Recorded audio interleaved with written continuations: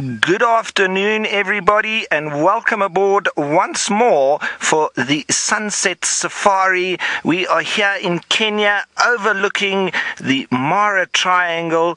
We're just 1 degree south of the equator, and you are watching Safari Live with, at the top of your picture there, the other half of the Sunset Safari disappearing there off on one of the roads. That is Brent, as we watch the baboons here, and we're just looking out over the plains. But what a wonderful day it is. And my name is Ralph Kirsten, and on the please don't forget tag Safari Live on Twitter and on the YouTube live chat. Send us all your questions and your comments, and we'd love you to be involved in the largest game drive in the world. So folks, I'm planning on heading down into the plains, and we'll see what happens. But from here, I'd like to send you on down to Brent, who would love to say hello. Hello, and welcome to a marvelous, magnificent afternoon in the Masai Mara Triangle. My name is Brent Smith. I have the one, the only Batman on camera today. And we're going to go down towards the Mara River and check along the forest areas, make our way towards the Samanki Swamp, where there's often incredible elephant viewing in the late afternoon as they cajole in the muddy swamp grasses and splish and splash and generally have a great time. Now, if you have any questions for us, remember, #surf is the best through to us here in the field. Now, as I was saying, this is 100% live, so we don't know what's going to happen next. Apparently we've got some gremlins. We do apologize for the intermittent black screen, but we are coming to you live from one of Africa's most iconic wilderness areas, and we are in the Mara Triangle at the moment. Hopefully we're going to find some lions this afternoon, elephants, and you never ever know what's out next. We might even find some pretty birds. And it looks like we're going to be rain-free this afternoon, which will be quite a pleasant surprise. The last couple of days we have been drenched in the afternoons, and even causing some flooding while we're in the Talek area. But it looks like we might have a couple of days of no rain, which will be quite nice.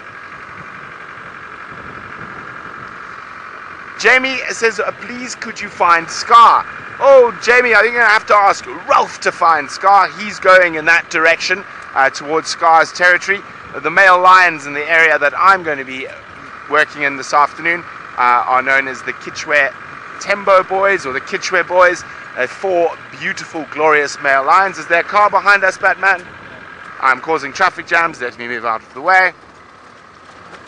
Off you go, mister.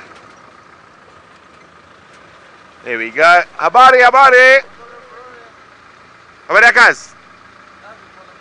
Pole. Yeah, I'm live now. Yeah, kweli. Sawa. Safari and Djuma. Bye guys. So here we go, just some of the rangers from the park stopping for a quick chat. Are you guys live on TV? Yes, we are on the live at the moment. There we go. So they're moving obviously between pickets at the moment. So what happens with the rangers, they will spend a few months at each post before moving to the next post. So it keeps them moving around the Mara and keeping all our wonderful animals safe. Now, while I meander on, let's go back to Ralph, who's further down the hill, to see what he's got. Thanks, Brent. And meandering, yes, we are. We're going to be meandering down towards this very big drainage line here with a lot of trees and quite a forested area.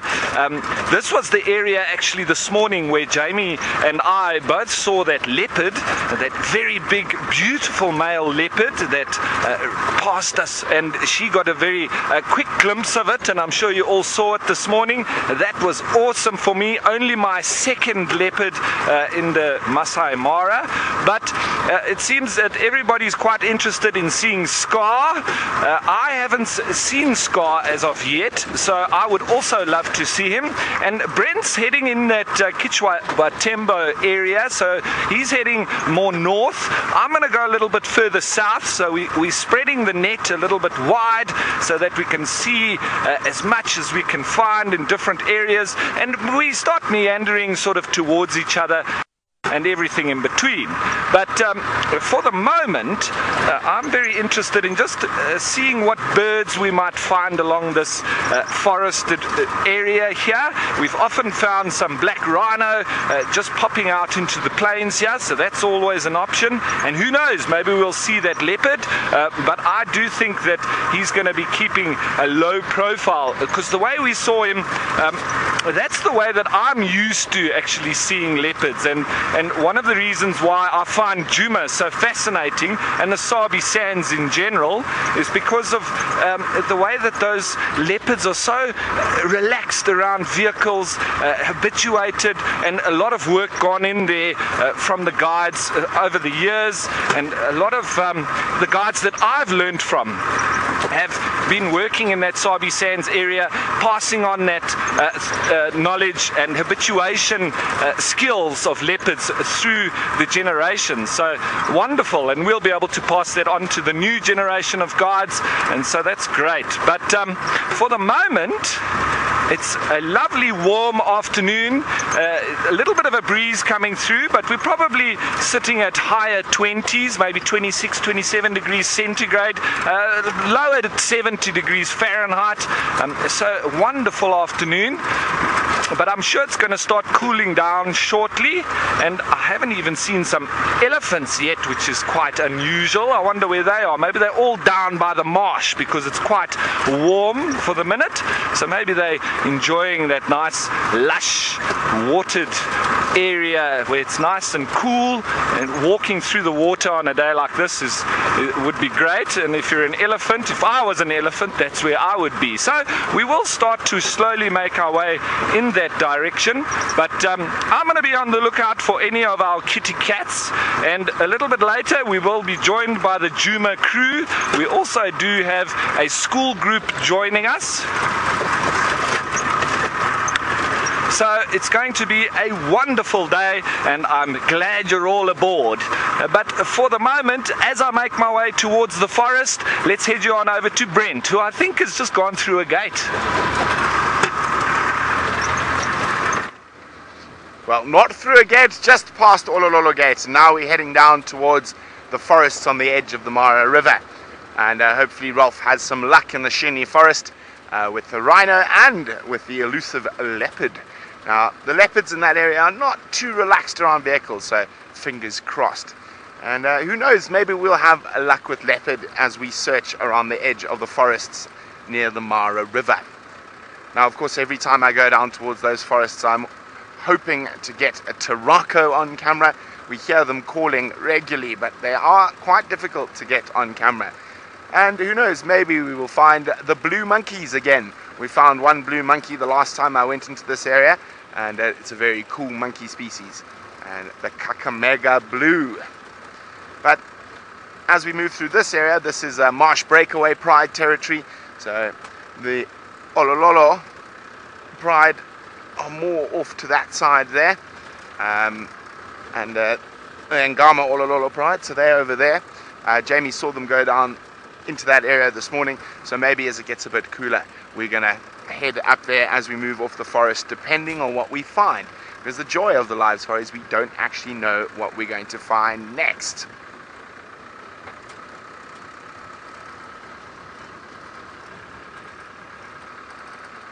So Jamie's wondering, what does habati mean? Megs, can you spell that for me, please?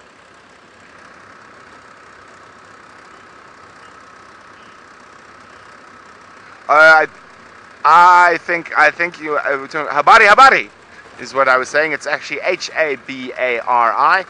Habari. Habari.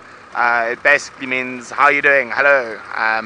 So generally in formal Swahili you would go jambo, which is hello, and then habari, how are you? So habari is just basically how are you. You can also use mambo. The answer to that is poa. That's more if you're a cool kid. Mambo, like how's it going? And your answer is cool, poa, poa sana, very cool. Yes. So habari, how are you? How are you? Okay, well, not. Apparently a lot of people are still surprised that I have my mane. Yes, it is coming off at some point when we get a chance. Everyone's just really busy at the moment. So it will be coming off at some point. But when will be a surprise. Now, as I speed up slightly to make my way towards the magical Mara River, let's go back across to Ralph, who's nearly at the Shini Forest. Thanks, Brent, and I'm just moving along slowly here next to this forested area, and it's incredible the amount of insects that are just jumping out of the grass here in front of us.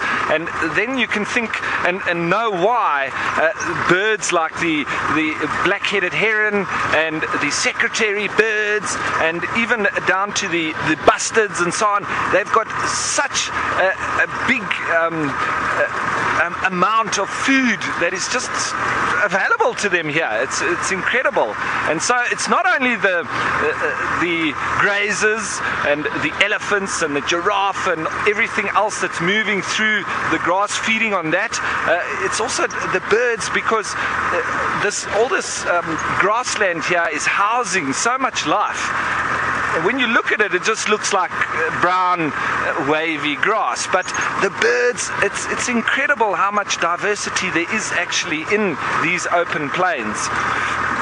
And also incredible how tall this grass is too, because when we've seen elephants in here, sometimes it's right up to halfway up their body. So here we go again with the possibility of getting stuck, but we're not scared, are we, Adrian? We'll just put the diff lock in and off we go.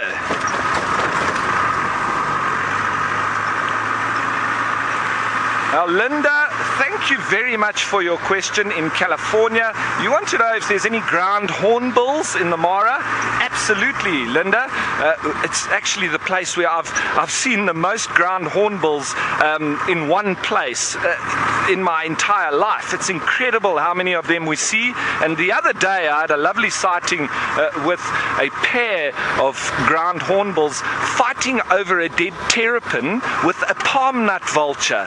How incredible is that, with two such rare birds like that, both in one place, both fighting over the same food source. And it was such an amazing sighting, because this palm nut vulture was harassing them, trying to get at the terrapin. I don't know who had found it first. Maybe the palm nut vulture had actually. But they were fighting over it, and then we continued to watch the ground hornbill pecking inside the shell of the terrapin, and eventually also started pulling out the egg sacs that the terrapin was obviously ready to lay eggs. So it had a bit of a three-course meal, breakfast, lunch and dinner, right all there in one. And then shortly after that, a hyena waltzed over and stole the terrapin from the ground hornbills, leaving the ground hornbills to squabble it out with the palm nut vulture. But they had lost their prize, and the hyena then couldn't get into the terrapin, so literally put it on the ground, lay down next to it and stared at it. I don't know if it thought that was going to open up the shell, but that's how we left them. So everybody had lost their food in the end of the day. But there are an abundance of ground hornbills here, and hopefully I'll be able to show you one a little bit later. So I'll look out for one of those, and while I'm doing that, let's head you on over to Brent with one of those very big pachyderms. This is an absolutely gorgeous Ellie bull. Look at that lovely long ivory. Oh, magic, magic, magic. He doesn't look too old either. Isn't that stunning? It's so nice to see Ellies with big teeth.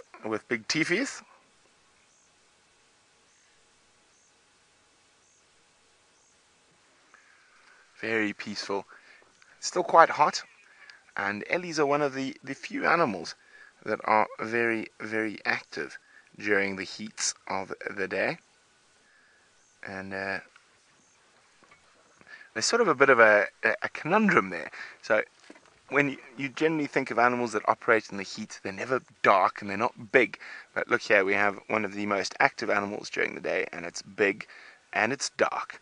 Now, of course, the elephant has lots of special adaptations to be able to do that. And there's a little young female there. She's got a very floppy right ear. The cartilage has obviously got some damage, and it's causing it to flop over like that. Now, it will affect her hearing slightly, but nothing too serious.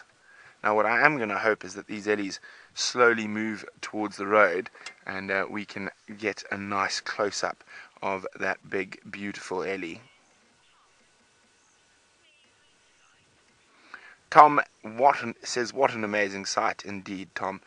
It is very special to see ellies like that. And it's always great to know that ellies like this are still out and about in the African wildernesses. Hey, big boy.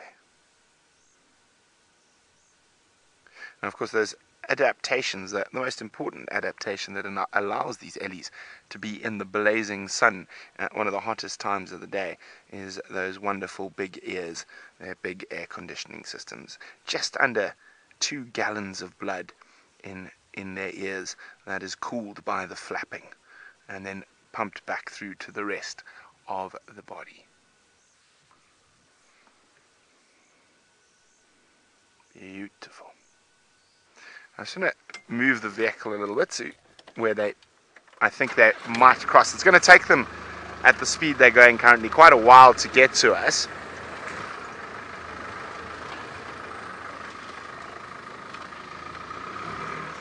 Hi, Brent. Brent would like to know, how much weight can a big ellie bull lift? Difficult to be exact, but probably easily between 500 and 1,000 kilograms. They're incredibly strong animals, and that big boy like that's going to be eating about 200 kilograms of vegetable matter each and every day.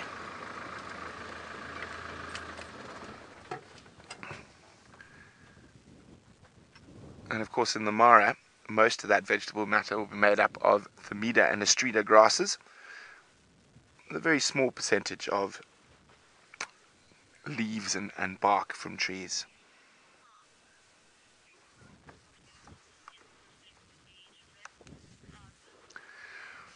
Francis is wondering, do the wrinkles on an elephant's skin reflect the age? Not necessarily, no, Francis. You can get some very wrinkly young elephants, you can get some not so wrinkly old elephants. Now, one of the best ways normally to judge age on an elephant is if we look at their head. Now, you can see there's some sort of concave hollows at the top above the eye. Now, when the animal gets very old, those get very deep and very, very pronounced.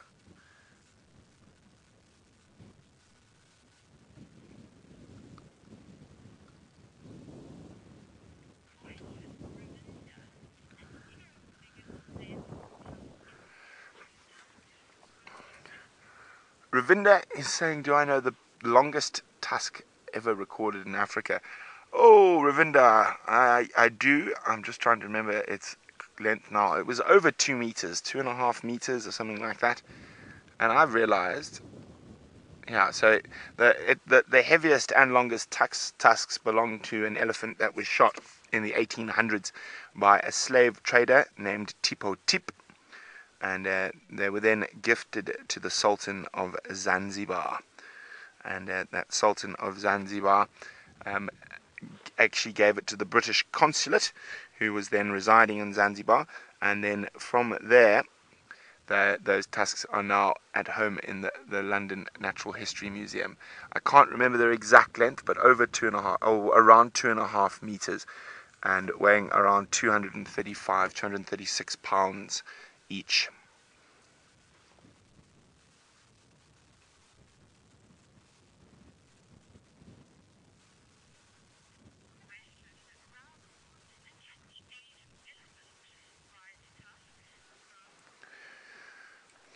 Ragu is saying, can you age an elephant by its tusks? You can, but not very accurately. It's easier to age an elephant by its size and by the different sort of, or also tears in the ears and how depressed that sort of the skull, those sort of holes on top of the skull there are.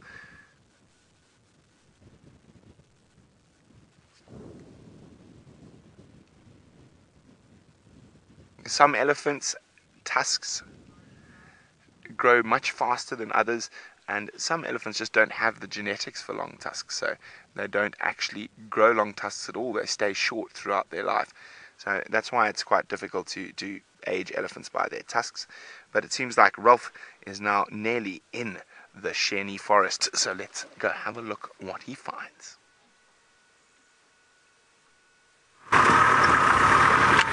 Yes, Brent, and well, I'm just going to poke my nose into this little spot inside the forest that I found with a road leading into it, because I'm sure at some stage I'm going to find something amazing here. I'm sure it's going to be either a leopard or a black rhino, and I'm sure there's some owls also hanging around this particular area. I don't know if it's a picnic spot or something like that, but it is awesome. James, thanks for your comment. A rhino would be a very special treat. Absolutely, James. Now, I'm just whispering because we're just coming into a little bit of a forest area here, and I just want to see if I can spot any owls, which I have before, but they were very quick to fly away. So I'm just trying to be as quiet as possible, James, and the rest of the viewers. That's why I'm whispering, and just trying to see if there's anything in this little clearing that we might be able to spot here in the forest. It does look a little bit quiet now, but if I was a leopard or a black rhino, this is definitely one of the spots that I would come down into. So always just useful to poke our noses in here. Sooner or later I'm going to find something magical in here, but it seems for now it's a little bit quiet. Now, Ragu, thanks for your comment. You think I'm going to find a leopard? Well, keep holding thumbs, because maybe there's one around here. But as I said a little bit earlier, they're a little bit more skittish. Brent says he's also found some leopard that are quite relaxed, but the experience that I've had with the two that I have found in the Mara, they've been a little bit more skittish than the ones in Djuma and the Sabi sands. So we just try and be a little bit more quiet, a little bit more difficult to spot them, because they're not as relaxed and just show themselves as they do in the Sabi sands. Well, for the moment it seems a little bit quiet in there, but nevertheless that's the way it goes, and we always just continue on and see what else the bush is going to throw at us. It's always exciting because you never know what you're going to see. It's like a box of chocolates, isn't it? You never know what you're going to get, so you always just got to keep trying, persevering, poking your nose in all over the place. And the thing is, we could just drive away here now. Maybe a leopard's just walked out there and lay himself down in the middle of that grass that we were in, and we've missed it. So it's really a matter of chance sometimes, and just trying your luck as you go along. But the more you practice and the more you do it, the luckier you get. It's like a lot of things in life, isn't it? So we'll keep trying, we keep persevering, and I'm sure we're going to get a lot luckier. We've been very lucky up until now, but we've just got to keep pushing on, and we'll find some amazing sights.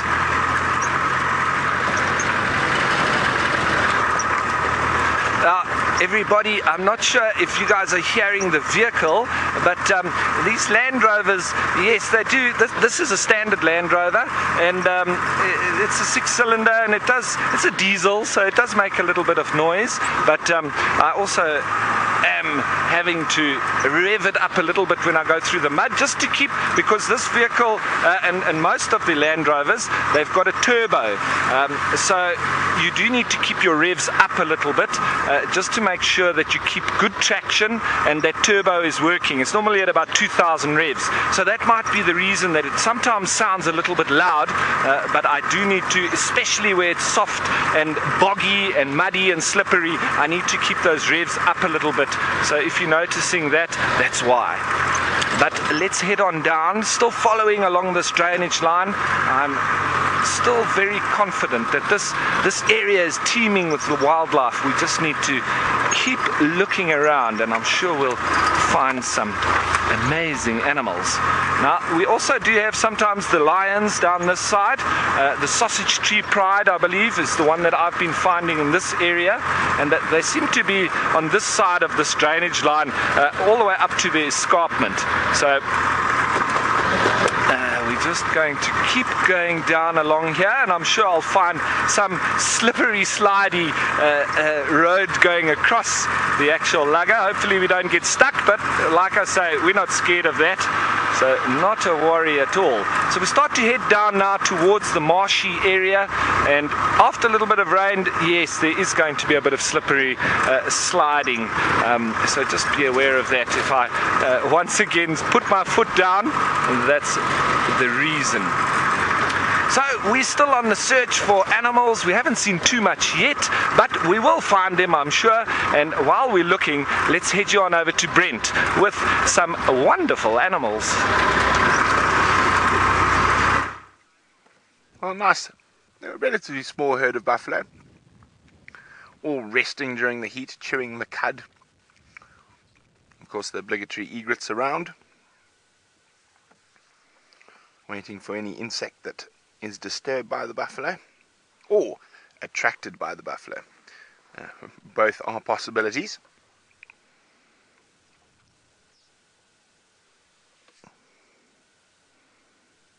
Yeah, most of them just chewing the cud while it's hot, and if you've got food to bring up, why go marching around in the heat looking for it when you can rest and have a meal? These short grass plains are being very, very productive over the last while. So I think we're going to keep moving through the short grasses, and we'll leave the buffalo to ruminate and rest while we keep heading towards the forest edges of the Mara River.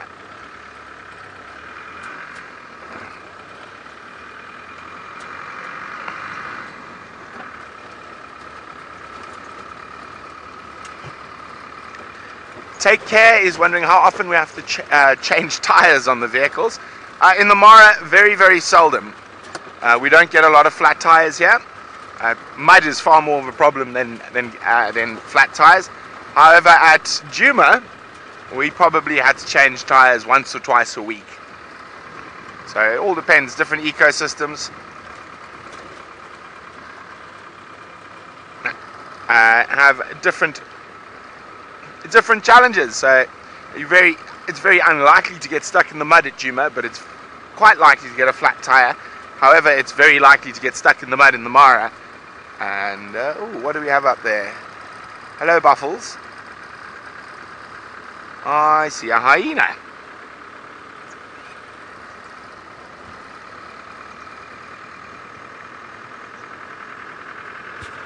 Looks like a hyena. It is a hyena.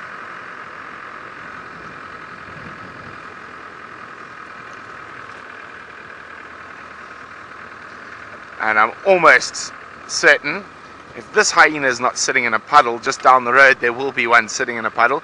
Lots of hyenas in this area, and at this time of the day they like to lounge where it's cool, but it looks like this one is not sitting in a puddle. Hello, hyena.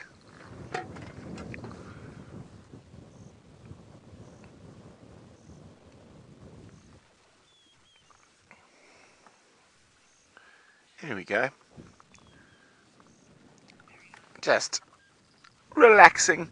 Now, in other parts of Africa, it's very unusual to see something like a hyena or a lion just lying out in the open. But in the Mara, in certain areas, there is a lack of shade. And they tend to be out in the open more often than you would see in other parts of the world. Looking at the topi, topi's looking at the hyena. Neither too concerned with each other at all. There's some more topi off to the left there, ruminating just like the buffalo. While it's hot, there's no need to move around and feed too much, and when you can rest and ruminate.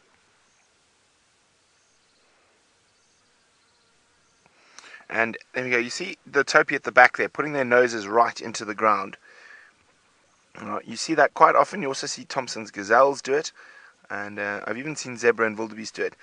And from what I've noticed, it's generally to try keep flies out of their noses, so they'd rather put their nose on the ground like that and try and keep the flies out of their nostrils.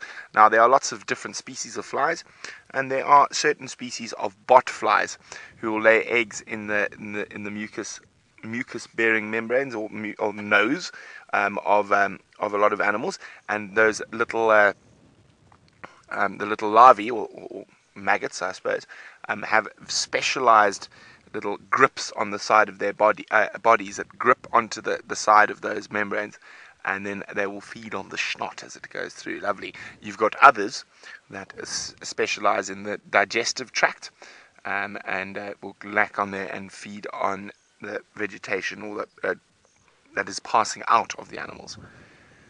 There's an amazing little niche for lots of horrific little creatures. Okay, let's leave the hyena and the topi to keep resting and keep on our endeavor towards the Mara River.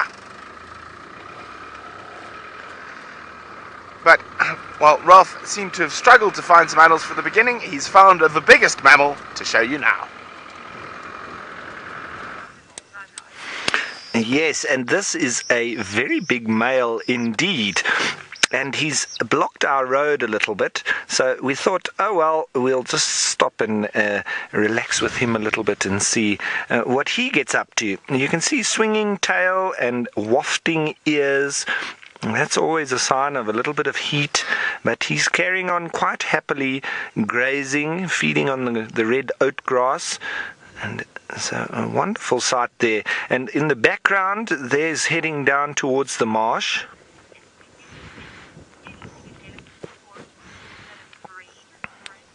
Now, Brent, you want to know if there's anything that an elephant won't eat that is green. Well, Brent, pretty much everything that they come across is easily eaten. I haven't, however, seen elephants eating euphorbia, which is the African version of a cactus, although our euphorbia or cactus-like plants, they've got a very toxic latex on the inside, and it's very milky production on the inside of these plants. So a heavy liquid that they can't really tolerate. Animals like porcupine and oryx and black rhino can tolerate it, and they actually feed on it. But elephants, I have not seen them eating that at all, and I don't think that they would enjoy it. I don't think it would taste very nice. But what they do like is the exotic prickly pears that are farmed in a lot of areas around Africa. And I know in South Africa and in some of the reserves in the Eastern Cape, where there are a lot of those prickly pears, the elephants absolutely love it.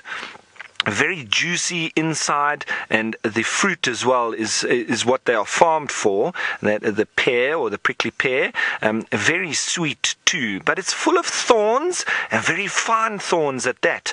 So if we eat them as humans, we need to brush all those fine little hair-like thorns off. But the elephants just throw it back and swallow the whole lot, and it's nice and sweet for them. But even those thorns go right through out into their dung. And I found this out once when I was, the first time I was in the Eastern Cape, and showing some of the students some elephant dung, which I normally do with dung all over the place, break it open and try to investigate what the animals have been feeding on. And I did this with some elephant dung that had been eating prickly pears, and I got my hands full of thorns, and that's when I realized how much they love prickly pears. But it took me a long time to get those little fine hair-like thorns out of my hands. But it's incredible how the elephants can just literally throw back thorns, and they do it with acacia as well, or now the new Vachilia. they throw back entire branches of massive thorns, crunch it down, and pass it right through. So it's quite amazing. But that's, to answer your question, I think euphorbia is one of the only things that elephants don't eat. They eat everything from bulbs to roots to flowers to thorns and branches and inner bark. In Namibia, in areas, especially in winter when there's not much food source available, the elephants actually, especially the old experienced ones, they know where to go up on top of the hills, and they find the comifera bushes, which in Afrikaans is called a kanidoot, which means cannot die, because these bushes only show leaves and flowers after it's rained. So when it's dry and there hasn't been any rain, these plants look like they are dead. It just looks like a dead bush, but in fact they are just lying dormant, and they have very big bulbs under the ground. And so these elephants seek these plants out, and they normally grow on top of small hills, or koppies as we call them, and they go up top there and they uproot these plants and feed on the bulbs below the ground. So it is incredible, the knowledge that is passed between these elephants, and that they know to go up top of these hills. And some of the hills are quite difficult to get up to. I mean, I've had to be climbing over rocks and looking down between the rocks. I found elephant dung. It's incredible where they actually can go. You think such a big animal wouldn't be able to climb mountains, but they can. I've just never witnessed them actually doing it, but the evidence is there with the dung being in between the rocks, so it's absolutely fascinating. But elephants can pass pretty much everything through that very big grinding teeth of theirs at the back of their mouth. And then they swallow it, and about 24 hours later, 22 to 24 hours later, they pass it through the back end, but it doesn't really get digested at all. And that's, for me, the fascination of elephant dung and the ecosystems that they create as they pass this vegetation from mouth through the back end, and making that available to all sorts of other little creatures, from guinea fowl to toki or tenebrianid beetles, and the guinea fowl going after them, to dung beetles, to all sorts of other invertebrates and little birds. It's absolutely wonderful what the elephants do for the ecosystem and the area.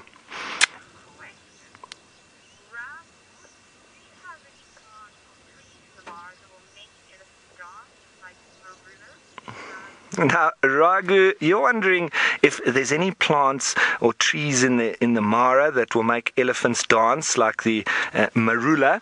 Well, Raghu, we don't have plants like the marulas exactly, but we've got lots of different fruits here that the elephants feed on. But that story with the elephants getting drunk on marulas is not entirely true. It would take, for the fermentation process to take place within the stomach, it would take a lot longer than 24 hours. So that story with elephants getting drunk, and other animals as well, I think coming from a very wonderful story of Jamie Ace, but many years ago, and it was quite a crude type of video that they did, but not entirely true. So it doesn't really happen. But some of the fruits and things from the balanetes and palm trees, these elephants will literally throw back, especially the sweet tasting fruits. And that's the wonder of trees, isn't it? Because they throw those fruits back just to get to the sweetness, but the seed passes right through and lands up in a perfect ecosystem inside the dung, where it can then start to grow. It's nice and moist, and it has all the nutrients it needs.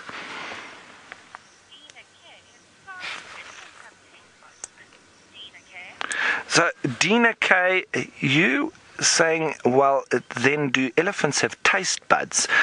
Well, I'm not exactly sure, Dina K, but I don't know the science of the inside of their mouth. But according to the evidence from me, they have to, because they do go after certain sweet tasting plants, and one of them which is very evident is the mistletoe, which you often find up in top of the branches of knobthorns, and that's the little tinker bird who goes and eats the very sticky fruit of the mistletoe and then flies off to another tree, and normally a very thorny tree like the knobthorn, and they wipe their beak on the branches, and those little sticky seeds then get deposited on the branch where the parasitic mistletoe lays its roots into the tree.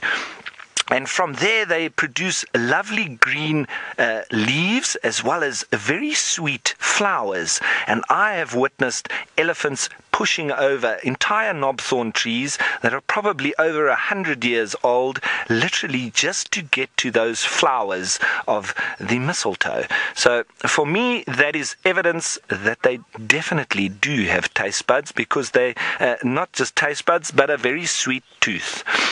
So, from elephants to birds, let's head you on over to Brent, who I'm sure has got a wonderful story to tell you. Well, we've got a juvenile battalier that's eating something in the grass there. I'm not sure what it is yet. It's definitely a piece of meat of some kind. So there might have been murder last night in this area, and the battaliers are there to pick up the scraps.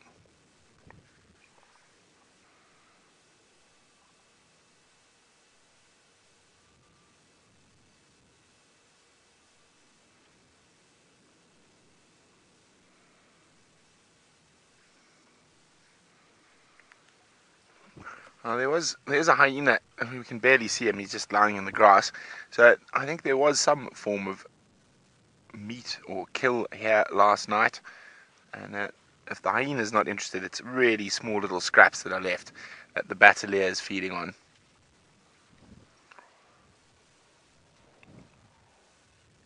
Oh, there's a hummercorp next to the battalier.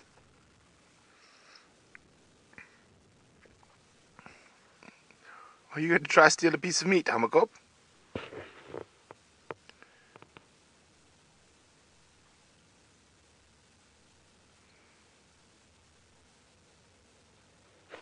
Oh dear, is there a car coming?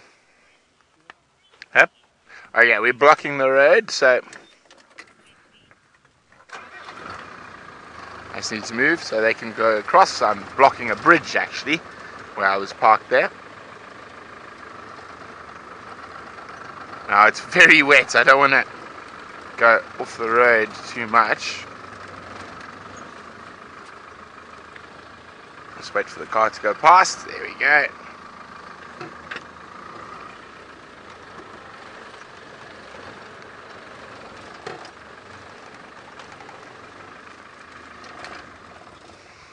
Now Wendy says, how big is the battalier? Well, it's a juvenile battalier, and that's not from its size, it's from its coloration. So it's the same size as an adult battalier, and it just hasn't got its adult coloration yet. They only get their full adult coloration in about 8 years. So, I mean, they're probably about 40 centimeters in length, weigh about a kilogram and a half, 2 kilograms.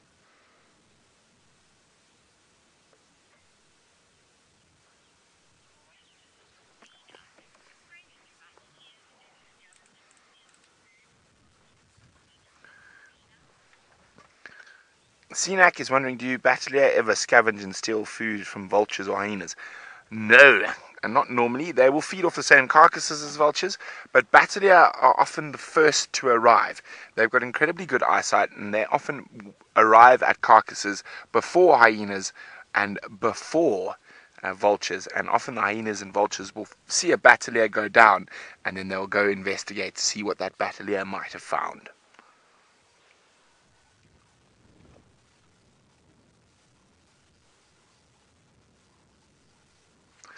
Okay, well, let's keep moving. We're right near the entrance to the forests on the edge of the river.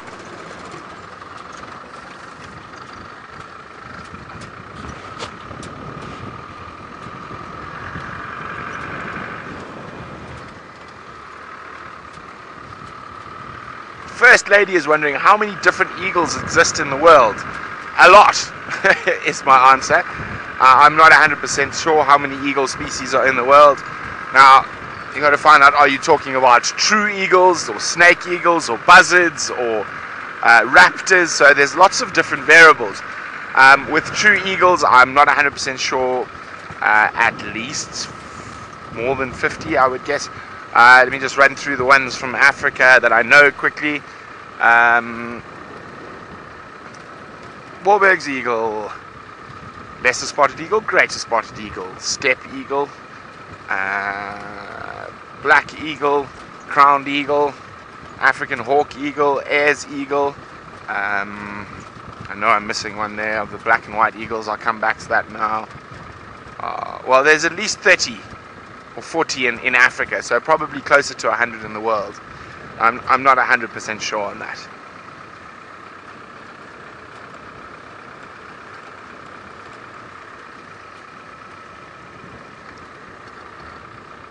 Okay, while we dive deeper into the forest, let's go back to Rolf, who's on the move again.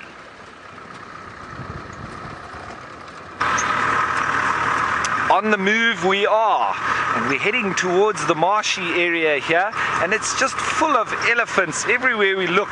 And I'm sure there's a lot of people that know this, but for those new viewers or anybody that doesn't, this period of the year is when we do have a very big influx of elephants into this marshy area. I think they're enjoying the solitude of not having so many hundreds or thousands of wildebeest and zebra in the area, which is when they would move away from this particular zone. So I think it is absolutely wonderful, and we should really enjoy their presence, as I'm going to do right now, and just give you a feel of what we're looking at here over this marshy area. It is just absolutely stunning. There's buffalo and elephants, and then we've got a lot of black-headed herons as well, just getting their little pickings of insects as they move through, but also the egrets, which are following the buffalo and elephants as they walk through the marsh, bumping up the insects, making it easy for them to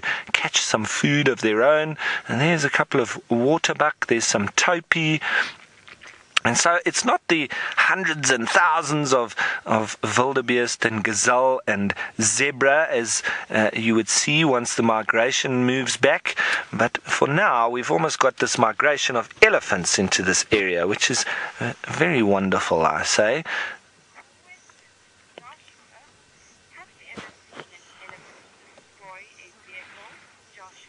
Now, Joshua, you want to know if I've ever seen an elephant destroy a vehicle. Joshua, I haven't seen one totally destroy a vehicle in person. I've seen a couple of close calls with vehicles that, especially in national parks where the general public is allowed, and not everybody really understands elephant behavior or the cycles that they go through. And I've seen a couple of members of the public where they're driving on the main roads, and elephants that are in must or with little babies showing the vehicles that they're too close and that they need to respect their space, and the people don't understand that, and they don't respect the space because of probably not knowing. And then there has been a little bit of altercations with vehicles pushing them and charging them, etc. But I've never seen anything really serious. One of the most amazing things I ever saw was a confrontation with some of the largest elephants in the world, which are found in the Etosha National Park in Namibia. And I saw a confrontation with one of these big bulls and a bus. And the elephant towered over the front of the bus, and it was incredible to see, because I think they felt rather intimidated, even in a very large luxury bus, with this elephant ears out, standing, confronting the bus. Anyway, the driver was obviously well experienced with driving in areas like that and with elephants, and he just sat quietly with the engine off and let the elephant do his little show, tried to intimidate the bus, which was to him probably a very large square animal, but the bus didn't move and didn't play his game, and so he got he lost interest and he walked off. But that picture will forever sit in my mind of this elephant towering over a bus full of tourists, and I think everybody got some wonderful photos, but it must have been quite scary or intimidating to have an elephant standing over them, even though they were in such a large vehicle. But it's not all about confrontations and dangerous scenes, etc. Elephants are such wonderful and intelligent animals that as long as you obey or watch their body language and look at their behavior and don't invade their space unnecessarily, they're quite happy to let you be around. So that's what we're always looking for as guides. If the elephants are telling you that you're too close, or there's a little baby and they're stressed, or there's a bull in must and he just gets agitated with anything and everything, well, those are the times that we need to respect that and move away when we have a chance. It's when we surprise elephants, obviously, that sometimes we do need to stand our ground and almost act like another elephant. But those are the times when we do need to just push back a little bit. But those are the unfortunate times when we haven't been able to see that they're there. And maybe you come around a thicket and there's a bull elephant right in front of you, or a herd comes out of the thickets next to you and there's babies, etc. So the more you're in the bush or in the wildlife in Africa, the more chance you have of having confrontations with elephants. But the major first and golden rule is you never run unless you have a clear escape route, and you would wait for your moment, and that's when you would leave. You don't turn and reverse or move away from elephants just because they've confronted you. That can actually provoke a little bit more aggression from them.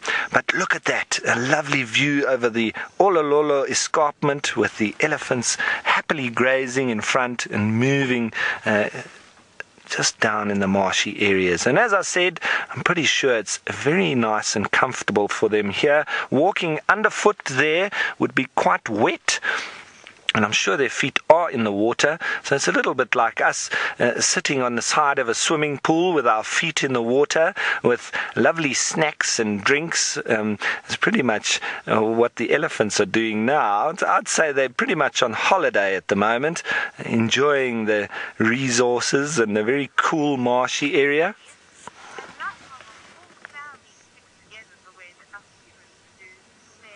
Now, Mary, thanks for your comment. You love how the whole family sticks together, a little bit like us humans do. Well, I agree with you 100%, Mary. The only obvious difference is that the big bulls, they do separate themselves and wander off on their own and only join the herd for mating and reproduction purposes.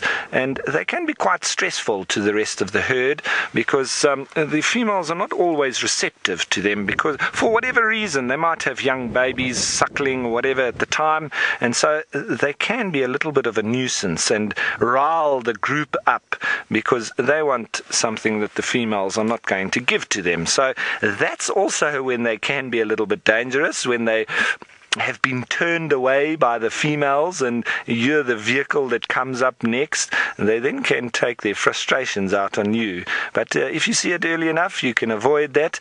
And it's always wonderful to see a family of elephants with the females and the youngsters moving through. They really look after each other, and if there's any stress with those little babies, you will see very quickly how they rally around and help each other.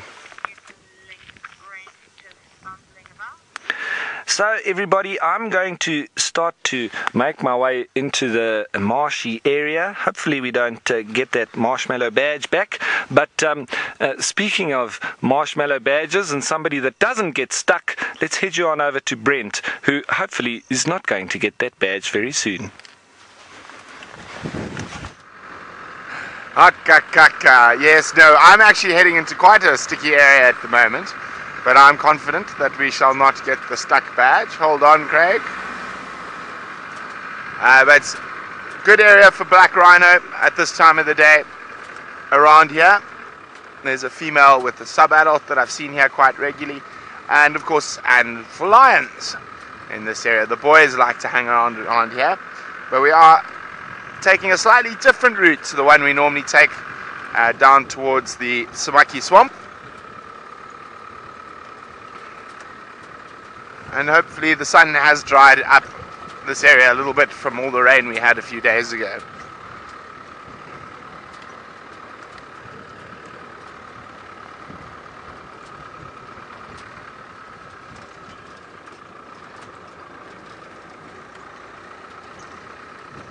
Okay. Oh, whoop.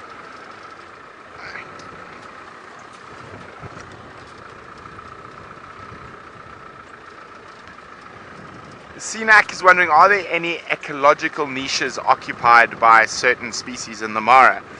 Yes, many different ones. If you think about it, there's a very big sort of thing, the wildebeest, the bulk grazer, a niche. I suppose not really a niche. Crocodiles in the river. Oh, we just caught something. That grey-backed fiscal. Don't fly, or fly and land close by. That's okay. There we go. Oh, what's he got in his mouth? Sinak, I'll get back to your question now. Looks like I got a big grasshopper. Well done. Now, maybe we'll get lucky, and he's not going to be too hungry, and he might stick it on a sharp stick to save for later. That is one of the little sort of quirks of being part of the shrike family. Now, are we going... Oh, no, we're going to fly over us. Where we're going to go? We're going to land far, far away. Oh dear. Okay. Well, we've got some more ellies up ahead. So, Sinak, yes, there's... I mean, ecological niches are hippos in the river, hippos in the swamps, keeping those waterways open, the flow open, crocodiles, ellies, lions have that dominant predator niche at the top of the food chain. So there's lots of different niches. Where we're talking about very specific little niches, there are plenty different birds that occur in the swamplands, such as your fluff tails and your jacanas. So there's a lot of different niches that are held by different animals. Now the elephants are generalists. Hello, generalists. Wandering across the road. There's some more coming across from the other side. There's a little baby on top of the termite mound.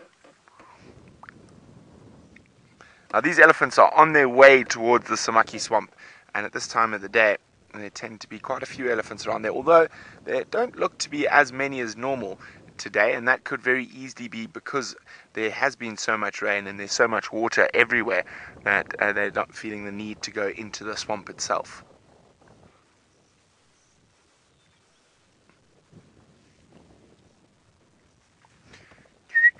And we can hear the rufous-naped larks.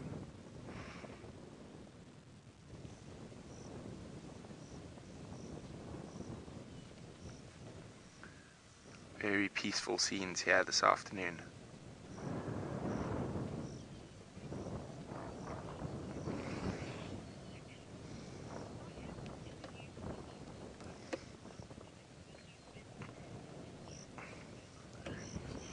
First Lady is wondering, are elephants ever used to carry things like they do in India? No, the African elephant is quite a lot more temperamental than the Asiatic elephant, and they will almost always kill a handler. And I think for every sort of tame African elephant that's around, they've killed at least one handler during their life, and that's the elephant bulls.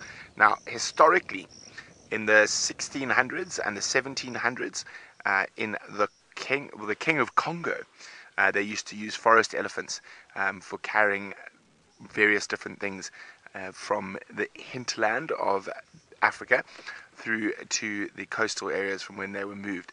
Now, the King of Congo didn't even live in Congo, can you believe it? Oh, quickly across to Ralph. Thanks, Brent. Look what we found, everybody. It's really been a really good risk that we've taken coming here down towards the marshy area, but we've been rewarded. Look at this. This female's been carrying this little cub, and it's been... As they do, they sort of tuck their legs in as soon as they get grabbed by the scruff of their neck. But now she's left it to follow her a little bit. It might have been that she actually took it over the little marshy area that we've had to cross now. I am going to start up and follow her. So let's keep up behind her. There's some more lions up ahead as well. So wonderful, wonderful. Look at this. We've got a whole pride here with lots of little cubs. I think it's the marsh pride. But we'll see now. I think there's another little marshy area. I'll just pull forward a little bit. Look at that small little cub. She's going for a drink. Let me stop here. What a sight that is. Look at that. Wow. Hey? And all the little cubs now. The other female also bringing some down. I wonder if they're all going to come for a drink. Wow. Look at the cute little cubs. That is amazing. So, I think it was worth the risk, eh? What do you guys think? I thought we might get stuck. Let's see how these little youngsters greet each other. And the two females. See that tactile communication, rubbing up. A greeting, and what a wonderful sight. And look at all of those cubs. That is absolutely beautiful. Stunning. Well, it seems we've hit a luck, everybody. See, it is quite warm. You see how she's panting, but there is a nice breeze, so it should be helping them keep nice and cool. But it's still amazing to see how powerful these females are in their front quarters. And there we go. That one going to pick up that little youngster, maybe. Nope. Decided not to. Looks like his little sibling came over and said, no, I want him to walk with me. Oh, that is so cute. Whole big happy family. So we went from a lovely happy family of elephants to just around the next corner, although some would say there's no corners out here in the bush. I say otherwise. Came around the corner and look what we found. Let's just hope they stay on the road and not head off into that marshy area where we're not allowed to really go. But let's see. We should be able to follow them in the grass just from a distance and maybe go around. I don't think that they'll go too far because it does get quite boggy and maybe quite difficult for those cubs.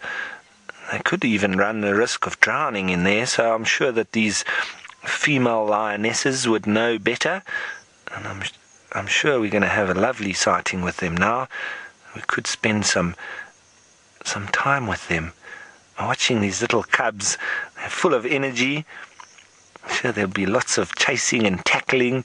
Always happy when the moms are around, because they do often get left in the den area or stashed away in a little cavey or lugger type place, and then they've got to spend lots of time alone and quiet.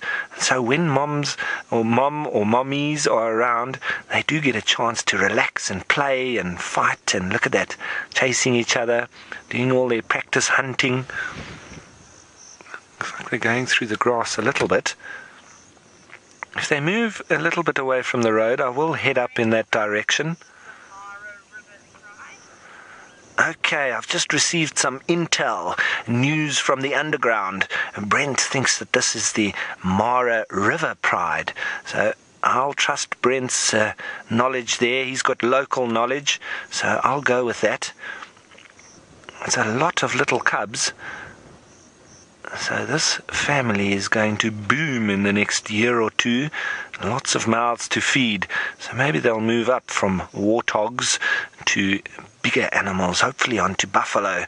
I'm sorry, but I do like it when lions start hunting buffalo. That, for me, is the true prey species of a real pride of lions. It's a little bit under them, I think, for them to be hunting warthogs. That's more like caracal and smaller predator type prey. Right, everyone, I think I'm going to move forward, reposition, and see if we can find them again.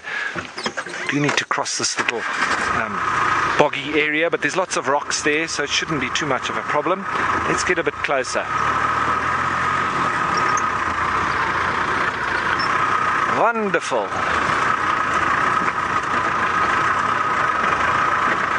So, folks, as I cross this and hopefully not get stuck, who cares if we do, but while I'm doing that, let's head you on over to Brent, who is not quite driving on the same kind of stuff we are.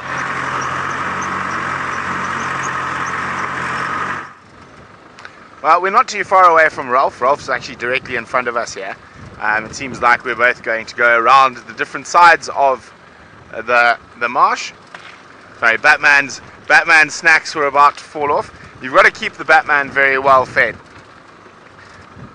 So we were chatting about elephants, and we've got some more ellies up ahead here now, being used as a domestic animal to carry things, as in India. So the only record of it really being used in Africa, apart from Hannibal, who used them as war elephants, was the King of Congo in the 16 and 1700s. So the Kingdom of Congo, he didn't even live in Congo, he actually lived in what is today modern day Angola. But the King of Congo, or the Kingdom of Congo, rather than the king himself, stretched along the west coast of Africa from just north of modern day Luanda, which is the capital of Angola, all the way through to Cameroon, southern parts of Cameroon and Equatorial Guinea. And it was a very long, a very narrow kingdom. So it was they only really controlled about 100 kilometers from the coast inland, and their main trade was ivory and slaves to the European traders. Oh, look at that. What's he doing? He's going to go into the water, the one on the left. Almost fell in. Oh, on the right, sorry. There you go. Nearly fell into the water, that little female, as she was leaning down to play with and have a drink. But so that's the only record I know of, and they used forest elephants to carry timber and things like that from the hinterland of Africa to the coast, where it was then traded and sent off. So they used to trade gold, diamonds, ivory, and slaves. The Kingdom of Congo. Very long, very narrow kingdom. And yeah, it came to sort of an end by sort of the mid 1700s, towards the beginning of the 1800s. It was already in decline. It was very difficult to keep such a long stretch under control, and basically broke off into little sort of kingdoms eventually. But at the height, the Kingdom of Congo was one of the most powerful kingdoms in Africa.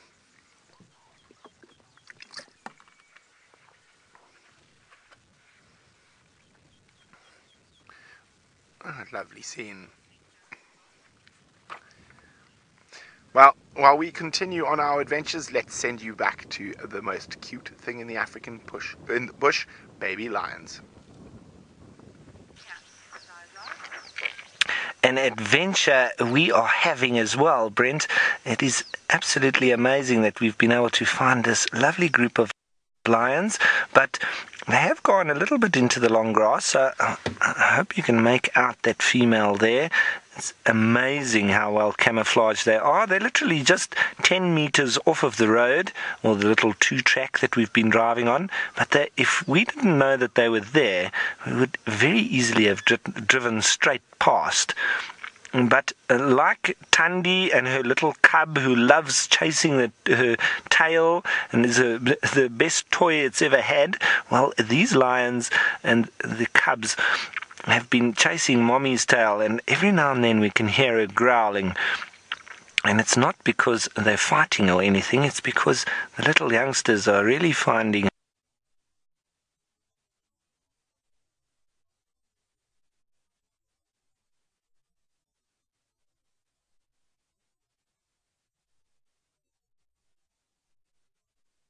How many litters will lions have?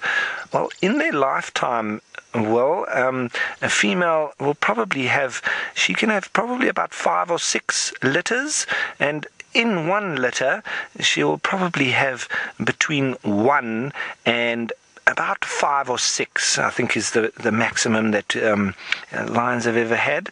But generally, it's normally around 3 or 4 cubs, but sometimes more.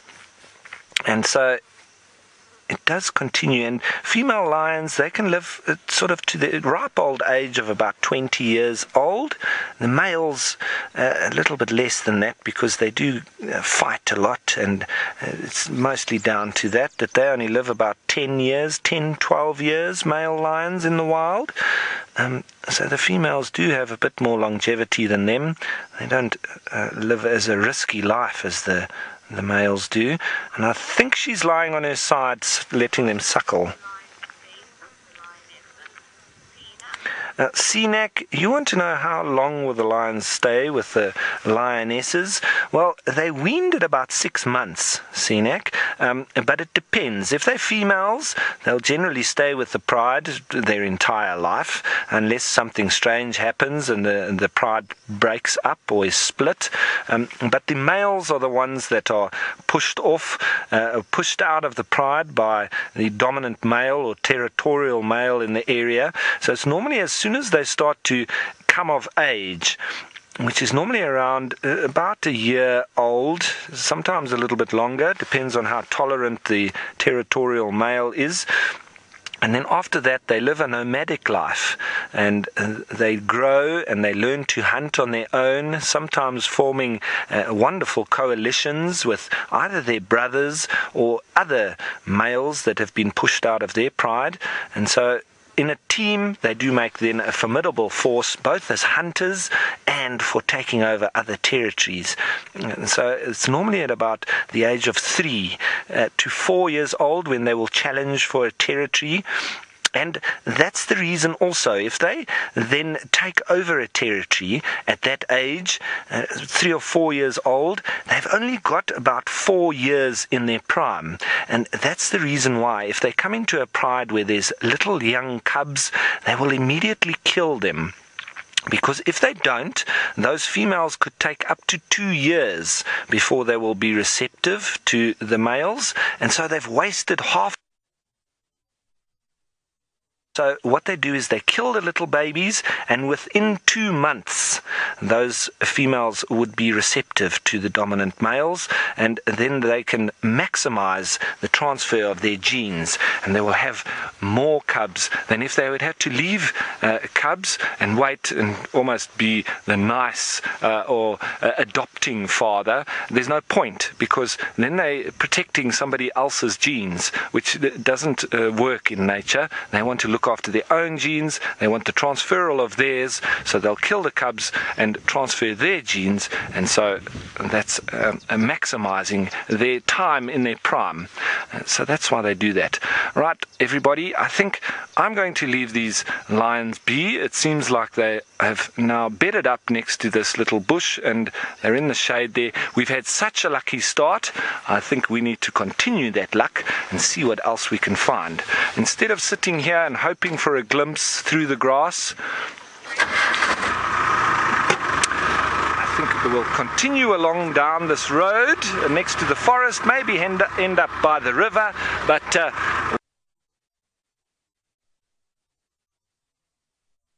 while we do that, let's head you on over to Brent and see if he's had any luck. We've left our alleys and we're continuing on. No luck with the black rhino just yet, but I am going to head to one of my favorite secret little spots. Well, not so much as secret as in that very few people go there, and it's where we saw the blue monkeys last week, and I am still hoping to find a leopard in that secret little spot, and always good for it's a good birding area as well.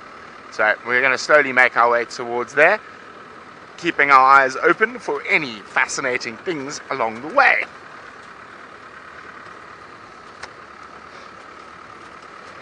So I did a quick little bit of research about the eagle species, and they're, depending on what you believe, there are 60 true eagle species in the world. The majority of them being in Africa and Asia. So, but it's as I say, it depends on what you consider an eagle. So, if you consider snake eagles and things like that to also be eagles, there's closer to 100 species of eagles. Now, interesting enough, there are only 2 true eagle species in North America. And of course, one of them, I'm sure everyone knows very well, it is the national bird, the bald eagle, and the other is the Steller sea eagle. Those are the only 2 true eagle species that occur in North America. Isn't that fascinating?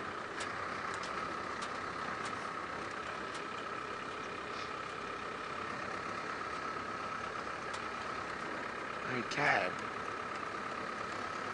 Not much happening here. Haha.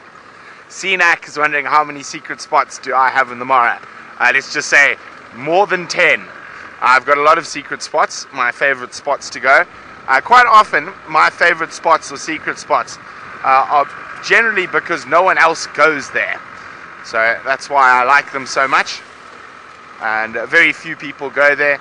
I think one of the most spectacular spots, and unfortunately at the moment we're unable to bring it to you because it is in a gremlin zone, is the Sand River waterfall, which is spectacular in this gorge above Silas, and unfortunately, as I said, there's very limited signal there, so it makes life a little bit difficult. So not much happening here, so I'm going to speed up a bit to head towards that lovely spot hidden away in the forests on the edge of the Mara River.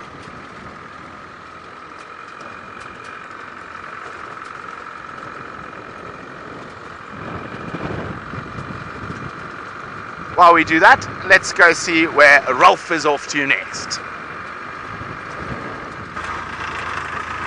Thanks, Brent, and I'm just watching him over the other side of the marsh there. I wonder if his secret spot is exactly where I'm headed. So time will tell whether that secret spot is my secret spot where we're heading towards, which wouldn't make it much of a secret, would it? But maybe not. I don't have many secrets here in the Mara because I haven't been here long enough yet. I just keep bumbling around and taking every road that I haven't taken yet, and I'm just slowly starting to work out a little bit of smaller areas where you're more likely to find certain animals, and I had a feeling that we'd find that or a pride of lions down here. Every time I've come onto this little road alongside the forest, I've found the lions, so it's quite a good bet. But right now I do want to head all the way down to the river and maybe have a look and see if there's any hippos and crocodiles around, and maybe if we don't see too much down that side, I might head back on our return and see if those lions are maybe a little bit more active. But good to continue with the drive and see what else we can find. Up here in front, it seems we've got a little herd of buffalo that are moving through, so we'll maybe stop and have a look at them. Always nice to see buffalo. This one here looks like it's been wallowing in the mud, as they love to do. So let's stop and have a look at these two over there.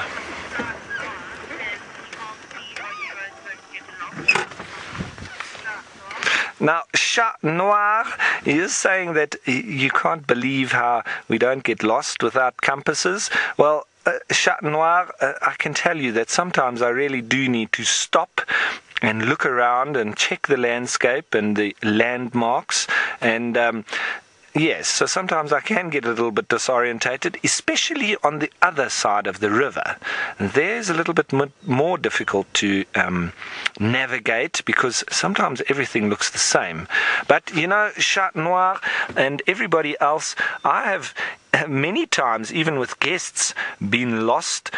And one of them was during a night drive that I took guests on, and I was quite new in the area, and so I didn't really know all of the roads. And then I went out at night, And it was in the Lowveld, or in the sort of Djuma area in that greater Kruger National Park. And I drove out, and after about 2 hours, I wanted to return.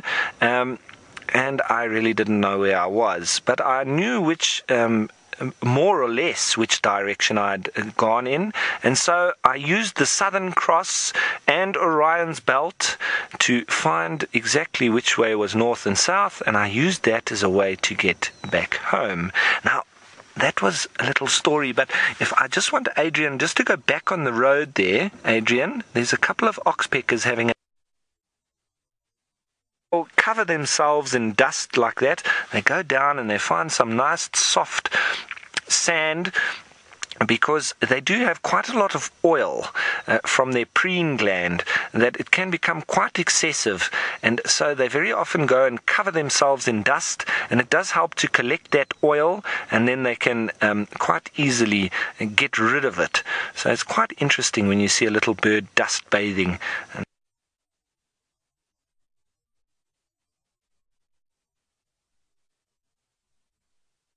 Balance on top of that buffalo.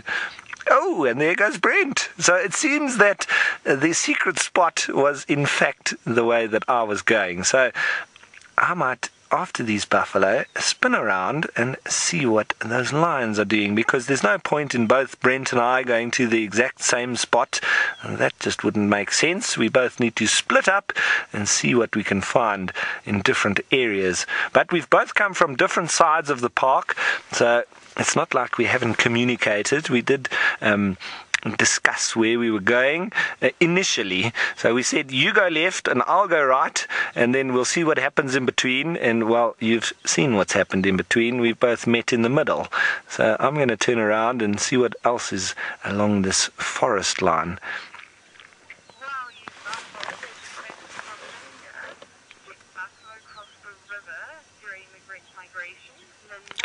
Linda, you want to know if buffalo crossed the river during the Great Migration? Linda, buffalo are quite adept at swimming through water, so I wouldn't put it past them at all. I do know that generally when the migration is on, the river can be quite full and flowing quite hard. So I have seen buffalo crossing the Zambezi River. I've seen them crossing the Luvuvu River in northern Limpopo, or right up north of Kruger National Park, as well as the Limpopo. So they do cross the rivers. Whether or not they actually do it while the migration is on, I'm not quite sure. But it's not past them, and I'm sure it's possible. So if it's possible in nature, generally it does happen. So I wouldn't say no. As we watch them now, just ruminating. And I've watched a couple of buffalo crossing the Luvuvu River, and it was actually the first time that I saw a crocodile take one. And it was really amazing, because we were standing on the bridge watching this herd of buffalo that came down to the bank, and they all looked quite pensive. But all of a sudden, what we call allelo-mimetic behavior, or copycat behavior, which you also get with the wildebeest and the zebra and all the way to sardines and red-billed quailias, when one moves, all of them follow. So one of the buffalo jumped into the Luvuvu, and so they all piled in, and then they went across the river. When they got out the other side, it was almost like they got out and said, "Yep, and now what?" And so they all stood and mulled around, and then one of them jumped back in the river, and so they all jumped back in the river and they crossed back again, and they did this about 3 or 4 times, and we were watching with interest from the bridge. And then from downstream we saw these very nasty V's coming in the water, the little wake that goes behind the crocodile. And there were 3 or 4 of them, and they were huge crocs, started to slowly make their way upstream to where these buffalo were crossing backwards and forwards, not really knowing what they're doing, just following the next one. And so the next time that the buffalo, the first one jumped in, they all jumped in again, and they started to swim across, and these crocodiles were then quite close by this time. And I saw one of the young buffalo near to the edge of the group, the V's of the crocodile, or the wake that was going with them, went up to this little buffalo, and it disappeared and never returned. That was it. It was actually quite flabbergasting how that buffalo just went underwater, and there was not even evidence of a fight. There obviously was, but underwater, and the crocs had him. So that was my first real crocodile kill that I saw, and it was on a young buffalo. So you can imagine how big those crocodiles were, but in the same sense, I thought that the buffalo were quite silly. Anyway, folks, that's the way wildlife works sometimes, and so the secret spot that I was heading for seems to be Brent's as well, so let's head on over to him and have a look at that particular spot. There we go, a Ross's Tarako. Isn't that special? We've seen them before with Jamie, and it's in the same tree where we saw the blue monkey last week. Must be something special about that tree. Off it goes into the forest. Let's see if we can get another view. So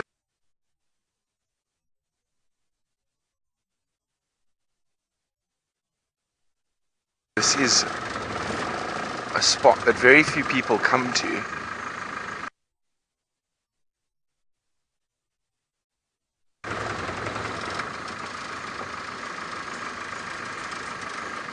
Where did you scuttle off to, Rosses? No, let's try from a different spot.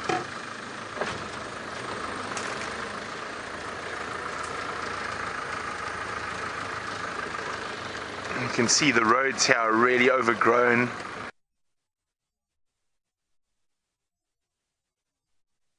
Finally! It's the first time I've managed to get a Ross's Tarako on camera. There's a couple of them actually. They're just hopping around. Just wait a second, Craig. I think they're going to pop out in a little bit. They're on the far left-hand side in that thick, slightly thicker patch there. Come on, hop out into the open. You see it hopping there, Craig? Just go back a bit.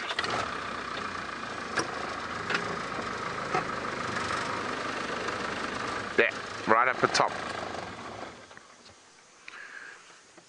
There you go.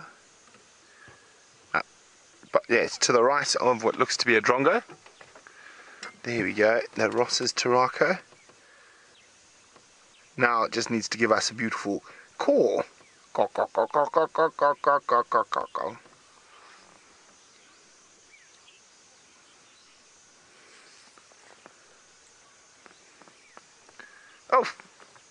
off she goes, flying to the opposite bank. Oh, are you gonna land? There's the next one going, Craig. You can just see that beautiful red in the wing. Nice, Craigie. Lovely. You can see the flashing. Look at them flashing around. Sorry, Craig. I sold you down the river there. But when they flash and move it, you just see that wonderful red just explode. Of course, now they're keeping still. They're right at the back, right there. Oh, off it goes.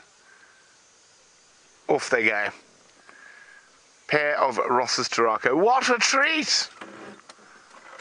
Let's just go have a little look. Maybe there's going to be a leopard around here after that lovely sighting. So we're right on the edge of the Mara River here. Now, I'm always convinced I'm going to see a leopard every single time I come here, whether it be on this bank or the opposite bank, I don't mind. And the last time I was here, the baboons went nuts alarm calling on the opposite bank, and I'm pretty sure they encountered a leopard.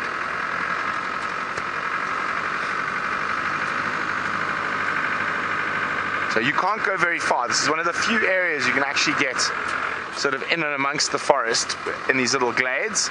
Oh, hello. Oh, and the hippos have made a mess here, coming out of the river. So there's a giraffe, as you can see, but have a look at this. This is where the hippos come out at night. Look at this massive path, and you can see many feet of slowly but surely.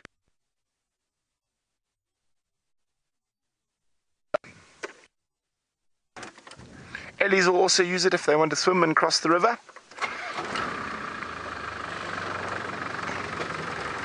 I think we might be unlucky in our leopard search in this particular spot because we have a lovely big male giraffe. Hello. He's coming to have a look at us.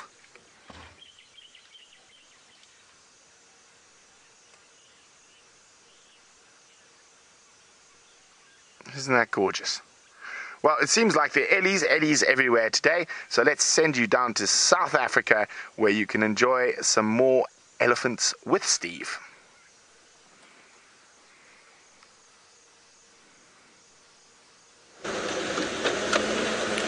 Good afternoon and welcome, Parkway Elementary. I hope you're having a wonderful morning back over in the States. Welcome to Safari Live. My name is Steve and I have VM on camera. We call him the wildebeest, and we are with an amazing big African elephant. He's moving away from us, so I'm just going to slowly reverse, see if we can get him again. Yes, indeed, this is a wild African elephant, and please feel free to send your questions through with your teacher. Let us know if we can answer them for you. This is one of my favorite animals, and it is a young male, probably about 23, 24 in that sort of area. Not a fully mature male, but he's got a lot of growing to do. Have a look at how amazing that is with that trunk. He's busy ripping up the grass and sticking it in his mouth. Look at that. Now there are thousands upon thousands of muscles in that trunk. There is no bone at all. And it takes them years to work out how to use that trunk. They drink with it, they breathe with it, and they feed with it. Isn't he beautiful? Now it's easy to identify him as a male, first because he's on his own, and second because the shape of the head from the side is a little bit more round than a female. The female, the head is quite angular, like the corner of the table. But we're going to keep with him and see if we can get another look at him as he's walking along. I hope you are having a wonderful morning. I believe it is very cold in the States. Very, very cold with snow and ice. It is very hot here. It is about 91 degrees Fahrenheit, which is rather warm. There he is. Can you see this bird up on the tree, Wildy? Just above him. There we go. Now, boys and girls, that bird is following the elephant. And as the elephant walks through the long grass, insects are chased away. And this bird, called the fork-tailed drongo, flies down and grabs them. There we go. It's a very interesting behavior. And he's a very, very clever bird. Probably one of the smartest birds you find out here. Wow.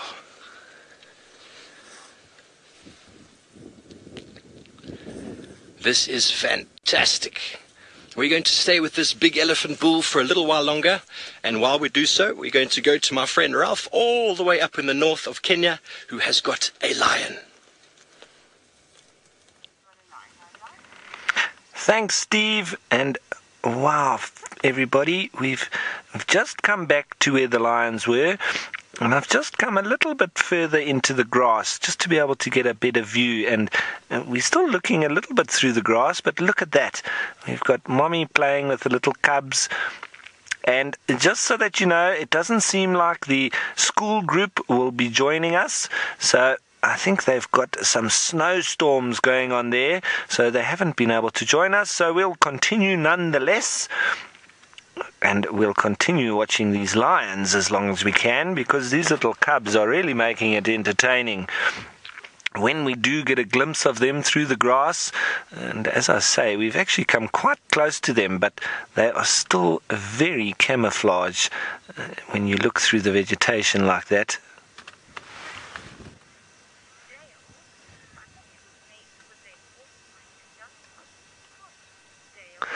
Dale, you've asked a very relevant question. Do they ever mate with their offspring, and would that cause problems? Dale, they would. And it does quite often happen, especially on private game reserves, where for instance, they've introduced or reintroduced the lions. They need to be very careful that they don't have inbreeding. So what happens then? Most of the countries in Africa, they've got a very organized science around this, and the lion researchers and conservationists have got a very big memory bank of all the lineages of the lions, and so they will monitor it. And if you get lions introduced on your reserve, you need to make sure that the males and females are of totally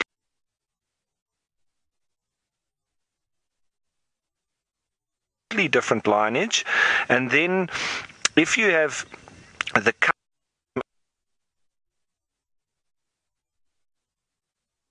they will then trade with those animals to keep the genetics strong, and that they then isolate or don't allow for inbreeding. But on game reserves like this, it's normally stopped by the dominant male, who would chase away the youngsters and so eliminate that inbreeding.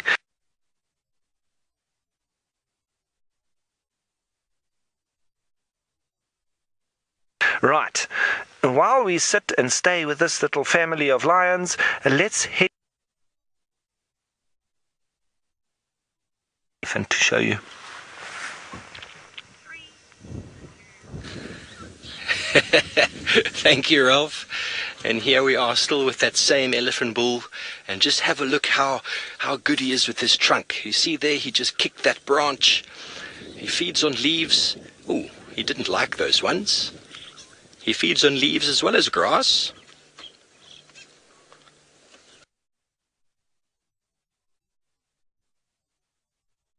Distance from us.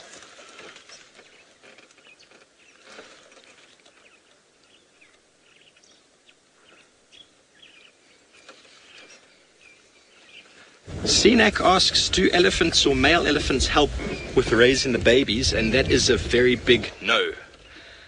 They do not. They breed with the females and then they leave. That is essentially all that they do. You don't get daddy elephants. It is all about mums and sisters and grannies that look after them. It's possible he's going to go have a drink when it's hot like this. It does make you quite thirsty.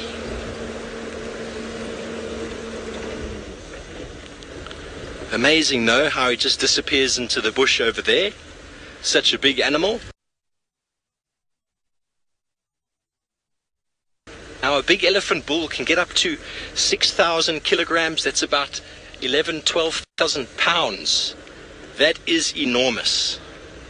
Enormous, but they are so silent and so quiet you would never think that.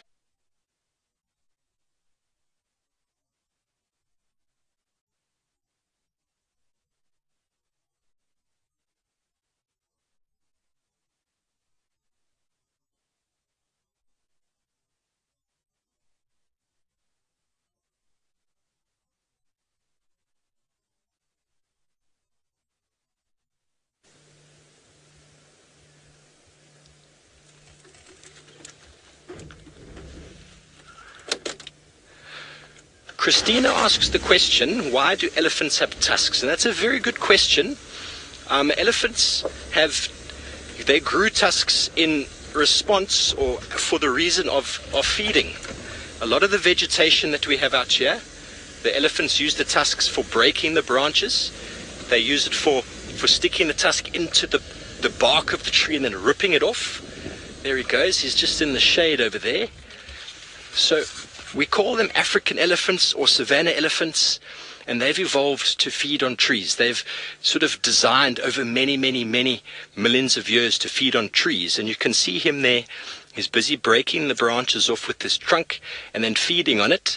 And this is a good time of year. This is when the vegetation is very green. We've had a bit of rain, so there's lots of green stuff to feed on. But in the dry season, our winter time, your summertime in the northern hemisphere, they feed on bark. They need to feed on the bark of the tree, and that's where most of the nutrition is, most of the flavor, all the goodies that they need to eat on. So they take the tusk and they dig it into the of that, often in their dung piles, in their poo, the bark. Let's see if we can go around and get him. He's just moving through the thick stuff over here. Wonderful to see elephants.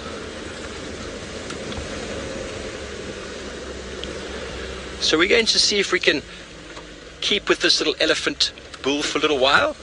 And while we do so, we're going to be going all the way up to the Masai Mara, to my friend Brent, who I believe has got some buffalo. Well, we're bypassing the buffalo as we go. It's the same buffalo Ralph had a little bit earlier. Now, I'm still on a mission for black rhino today, so I'm just trying to plan my route of attack. Sorry, buffalo, move out of the way, yes.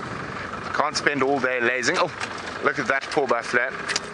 There was an egret sitting on that buffalo. He decided to use him as a latrine. It is a latrine buffalo. Yes, you. The egret obviously sitting on his back. Well, actually quite a lot of them. There's another latrine buffalo over there.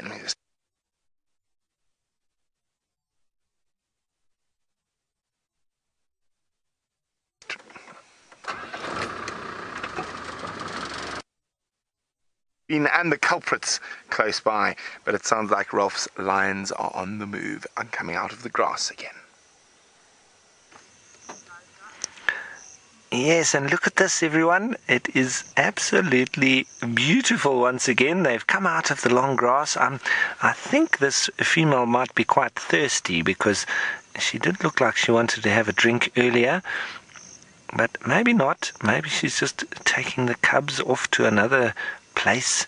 And there they've got a hop skippity jump over the water. Look at them. Not quite as graceful as mommy. Let's see how they cross. Well, there's a bit of a slip there. And now they're all going to cross one by one. And there's 6 of these cubs, I think. Oh, that one took a deeper route.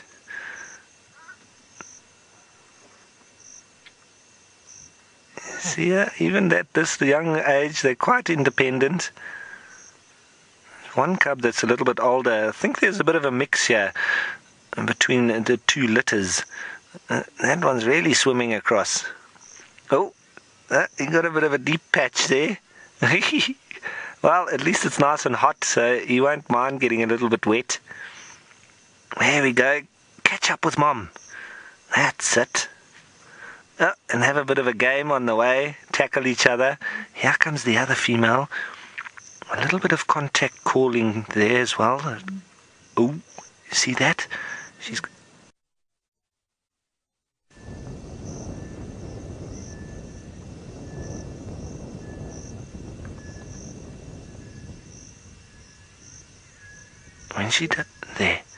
When she does that, she's calling the cubs that I think she might have left just a few meters back. And it seems she's not happy that they haven't come. She's going to go and call them so they can move along. And she's moving now just in front of our vehicle, very close to us. And this is a wonderful experience with lions and cubs right next to us, contact calling, going through the water. So she's on her way back now to go and fetch the other cubs. So we'll wait for her to come back. But in the meantime, I think we should watch these little cubs on the other side of the water because they're up to no good. They're playing and tackling each other and having fun. Looks like a little bit of an older one there, enjoying the dominance he's got over the youngster. Lovely when they come out in the open and we get to see them. And they're not invisible in the long grass. And that one that's going up towards Mommy, it looks like he's got quite a fat belly. Probably been drinking lots of milk. So he's as fat as a tick. And always wonderful to see the social tactile communication with lions. I absolutely love it. Look at that, jumping on the back of mom. And there's still a contact calling going on from the other female. She's looking over towards the other female as the youngsters start playing with her tail. Shame, I'm sure that youngster's going to bite until... there, she's had enough. She stands up. So thanks everyone. I think it's absolutely incredible and cute and amazing. What else can you use to describe this? It is absolutely invigorating to watch lions with their little cubs. That's why we do what we do and why we love the bush so much. When you have moments like this. And who would have known when we started out? We didn't see much in the first half an hour. And then all of a sudden you come across something like this. And look at the little youngsters stalking each other. Always playing and fooling around. Not a care in the world when mom's around. And this little youngster's going to chase his buddy there. Tweety Kid, thanks for your comment. Mom looks very proud, and why wouldn't you be when you've got such good looking little youngsters like this running around? But she's ever watchful, looking out over the grass, making sure that the youngsters are safe.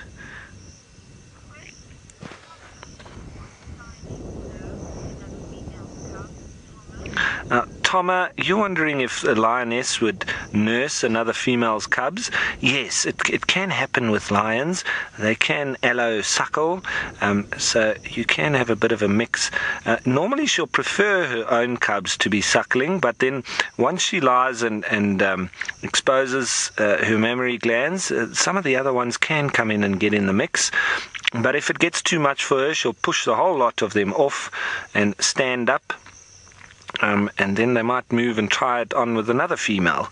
So they're not quite like the hyenas, where they have a real hierarchy and not particularly allowing for the other subordinates to be able to suckle from her. So the lions do share more of the parenting duties, and so it does happen. Very gregarious. Of all the cats, the most gregarious of the lot. Second only by the cheetah.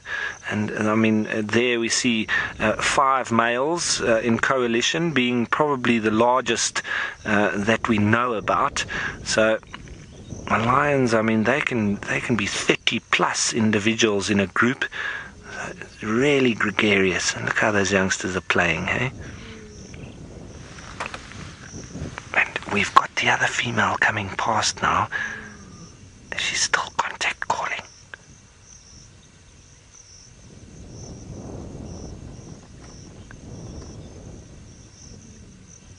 It's like a very low roar. Ooh.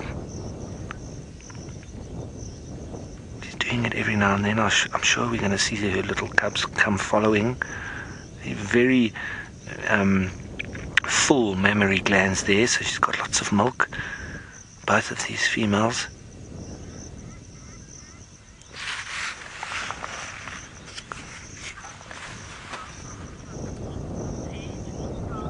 Scarlett, you want to know how big and sharp are the cubs' teeth at this age? They can be like little pinpricks, quite like a little puppy, and how sharp their teeth are. So that's why quite quickly the females get enough of the cubs suckling, especially when there's a few of them suckling. Then they get quite aggressive in their the way that they're sucking the milk, and they can chew a little bit, and then that's when mom will push them all off because it gets sore, and they are quite quickly weaned within 6 months, so it's quite quick for that, and it's probably mammary glands.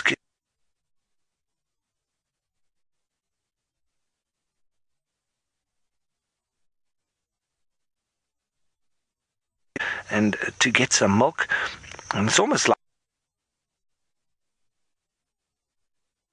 towards each other. And so that's when the females start to really push them off. As soon as they start to grow a little bit bigger, and then mommy's going to not be that accepting of them suckling for too much. And so that's time for them to start eating some meat, and they'll be brought to a carcass, or this is really unfolding to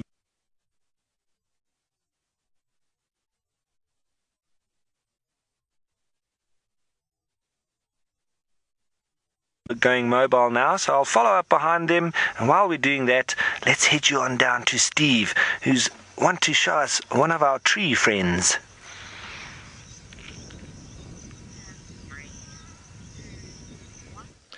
Good afternoon, folks, again, and welcome again from myself and Liam. Sorry about the confusion before.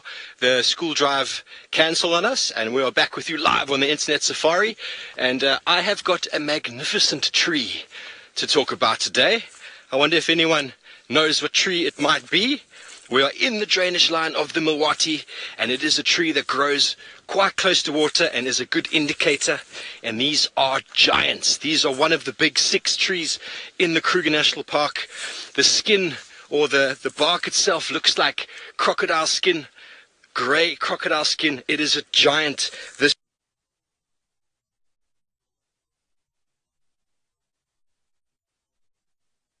tree it is, I wonder. It is a marvelous tree. Gets up to about 55 feet, 20 meters in height. It is a phenomenal sized tree, and growing along the rivers here, it is always a good indicator of where you find water. One of the traditional things that the Shangans, the locals, will do is they believe these trees, because they live for so long, they can live for over 1,000 years, and when they die, because the wood is so hard and so slow growing, it takes over... I frightened myself with a leaf on the shoulder. It takes so long to break down that generation after generation after generation of people actually see this tree. So they believe their ancestors are inside this tree. So whenever they come past one of these, they'll bow and they'll say the words, Makos. Makos, which basically is huge respect, because this tree would have been around when their grandfathers were alive, and all the way down to where they are, and the tree is either still alive or it's dead. And the history, can you imagine the tales a 1,000-year-old tree can tell you? 1,200-year-old tree. It has seen it all. It has seen it all, and it's growing in the river. It is one of the bush willows, Combretum, and you can get some of the flowers there, V. It is the flower time for these trees. Beautiful yellow flowers. They've got a sweet smell to them. They're quite attractive for the bees. You can't hear them now, but there will be bees in and out of these trees for the pollen, all sorts of insect activity. I mean, just look at the size of it. It's a hive of activity. This is trees that leopards like to dwell in. Giraffe, elephant, kudu will feed on young leaves. Isn't that just majestic? Okay, so some of the medicinal values that can be used with the tree is, well, first of all, you can take the bark, and when you burn it, the ash, you can use for toothpaste. If you have run out of toothpaste is not that expensive these days, but it does work. And locals used to take the ash itself, mix it with water, and whitewash their buildings. Quite a nice use. But it is a protected tree now in South Africa called hardekool, because of how slowly it burns. It is a prize wood for burning, but it's now protected, and it's against the law to chop these down. Okay, so if you ever come across hardekool for sale, it is actually not a legal product, but a magnificent tree growing in the drainage line. But there is more to discuss about them, but we're going to continue on. We are, as I said, in the Milwaukee, and it is a wonderful time of year to talk about the big leadwood, Combretum imberbe. And if you'd like to have just a quick little look in my fantastic tree Sabi tree spotter, there is the tree, and most of the time you get them growing. Bobby and Joy, you guessed it correctly, the leadwood, fantastic. And this is where you find them normally close to the river and in drainage lines. They are an indicator of water. Okay, and imberbe, the scientific name, the species name imberbe, refers to the hairless leaves. The leaves are very, very, very hairless. And I will find you another sample. I'm not tall enough like a giraffe to reach those ones to grab your sample, but there is an example of the crocodile skin bark. and very, very characteristic. When you come across it in the river, it's very easy to identify. But I know on my bushwalk the other morning, someone asked me about leadwood, and I was able to find you one and show you some of the characteristics of the babies. Very hard to miss. Okay, we are going to continue on. Let me just engage a little bit of four-wheel drive. I love driving through this part. First of all, it's nice and shady. And we're going to continue through the drainage line, and we are keeping our eyes peeled for absolutely anything. And while we do so, we're going to be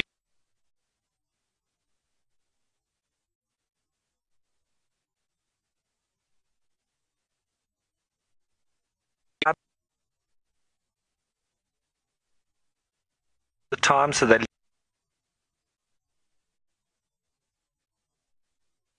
leading from the front, but also making sure that the cubs are staying up nice and close behind them with their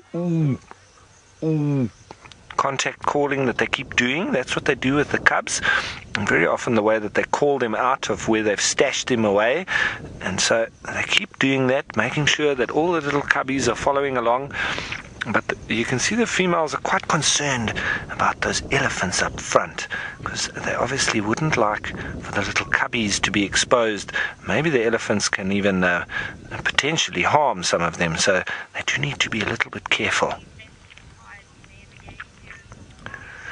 Now, everybody, as far as Brent has educated me, he says that this is the Mara River Pride, and I'm not sure if it's all the females that are here present, but there's a lot of cubs. So there might be other females in another area, but maybe these two have got a little bit of a nursery sort of subsection going on here, with the rest of the pride somewhere else. I've never come across the Mara River Pride, so I hope this is a part of them, and as soon as I'm back at camp and I have a chance to chat with Brent, I'm going to find out more about them, because I don't know the dynamics.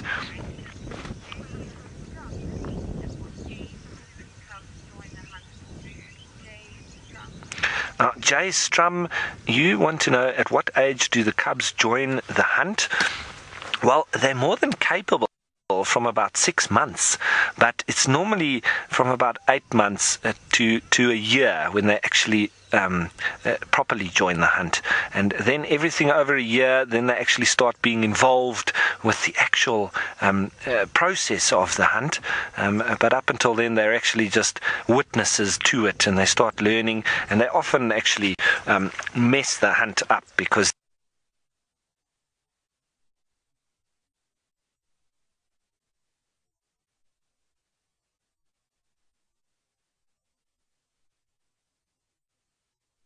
be able to take down, and so it's all a learning process, and it does take time, and the adults are quite patient with bringing them along. So animal that they bring, but it is very important for the youngsters to keep learning, both in play and in obviously then they are at this age, even just playing with their siblings, but mom definitely needs to pass on her experience. Now, I am going to just